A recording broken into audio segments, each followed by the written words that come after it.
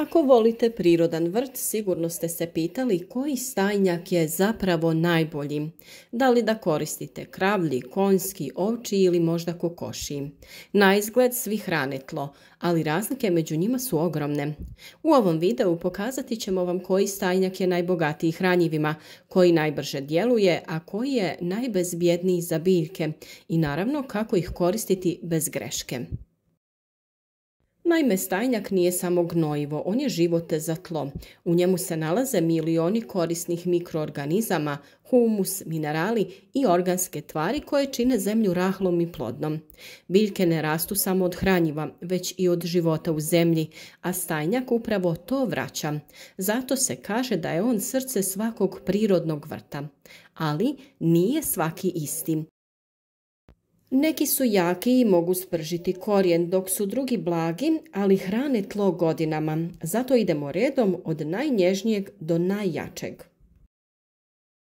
Kravlji stajnjak je blag u vrtu. On je najpoznatiji i najčešće korišten. Sadrži oko 0,5% dušika, 0,3% fosfora i 0,6% kalija. To znači da je blag, ali stalan izvor hranjiva. On ne može spaliti biljke i savršen je za one koji tek počinju sa organskim uzgojem. Posebno dobro djeluje na zbijena i suha tla, jer ih omekšava i povećava sposobnost zadržavanja vlage. Ako ga unesete u zemlju tokom jeseni, do proljeća se razgradi i postane idealna podloga za sadnju. Ekstra savjet koji uvijek spominjemo je da svježi stajnjak koristite tek nakon 5 do 6 mjeseci fermentacije, to jest pustite ga da odstoji. Tako će hranjiva biti dostupna, a korijen siguran. Drugi po redu je konjski stajnjak. On je brz i topao. Ima oko 0,8% dušika, 0,5% fosfora i 0,8% kalija. On se razgrađuje brzo i oslobađa toplinu, pa ga vrtlari zovu grijačem tla. Zato je idealan za rane gredice i plastenike gdje pomaže tlu da se prije zagrije. Njegova struktura je rahla i vlaknasta, pa ga biljke lako usvajaju, ali pazite, konjski gnoj često sadrži sjeme korova, pa je najbolje da ga pustite da sazrije u kompostu.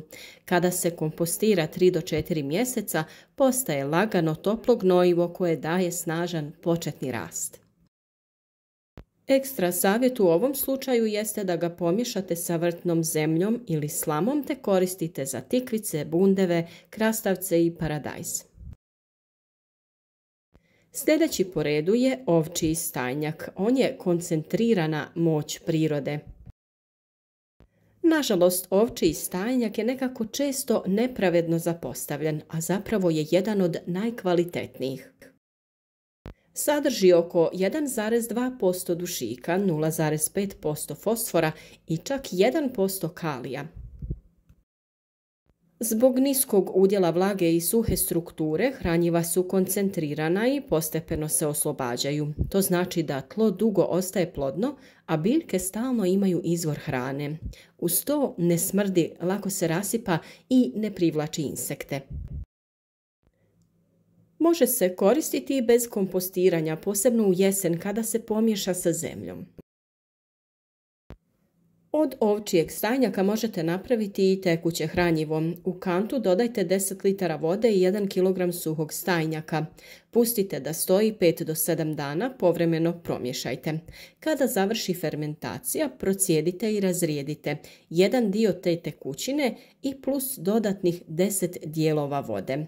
Zalijte biljke sa tim rastvorom svakih 15 dana i dobiti ćete zdrav rast i tamno zeleno lišće. Ekstra savjet za ovčji stajnjak jeste da je odličan za paradajz, papriku, kupus i tikvice jer biljkama daje postojanu, a ne prenaglu prihranu. A sad najjači među njima, kokošji stajnjak koji je prirodna bomba hranjiva. To je jedna prava mala fabrika hranjiva, ima čak do 2% dušika, 2% fosfora i 1% kalija. To ga čini savršenim za biljke koje traže puno hrane, poput paradajza, jagoda i tikvica.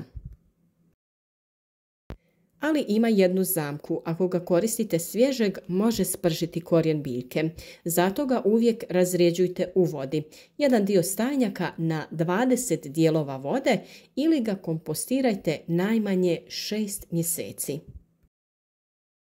Kada se pravilno pripremi, kokošji stajnjak daje snažan poticaj rastu, cvjetanju i formiranju plodova. To je poput prirodnog energetskog napitka za biljke. A ovdje smo vam pripremili jednu tabelu poređenja sastava, koliko koji stajnjak sadrži dušika, fosfora, kalija. Zaustavite video i razgledajte, usporedite. A na kraju trebamo zaključiti koji je najbolji, pa zavisi šta želite postići. Ako tražite svestrano i sigurno gnojivo, ovčji stajnjak je pobjednik. Ako pripremate tlo u jesen, kravlji je najbolji jer popravlja strukturu tla. Za brzi početak i ranu sadnju konjski daje toplinu i energiju, a ako želite eksploziju rasta, koristite kokošji, ali oprezno dobro razrijeđen. Svakako najbolji rezultati postižu se kombinacijom kravlji za osnovnu gnojidbu, ovčji za održavanje, kokošji za povremenu prihranu. I svakako ono što uvijek govorimo je da bez stajnjaka nema živog tla. On ne donosi samo hranu, nego vraća prirodni ciklus u vaš vrt. Kada tlo postane bogato humusom, manje se suši, bolje upija vodu i samo se brani od bolesti.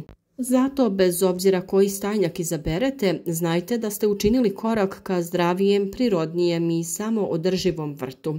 Biljke će vam uzvratiti bujnim rastom, plodovima punim okusa i zemljom koja miriše na život. Ako vam je ovaj video pomogao da odlučite koji stajnjak koristiti, ostavite like i napišite u komentaru koji se pokazao najbolji u vašem vrtu. Družimo se u komentarima, a do sljedećeg videa lijep pozdrav!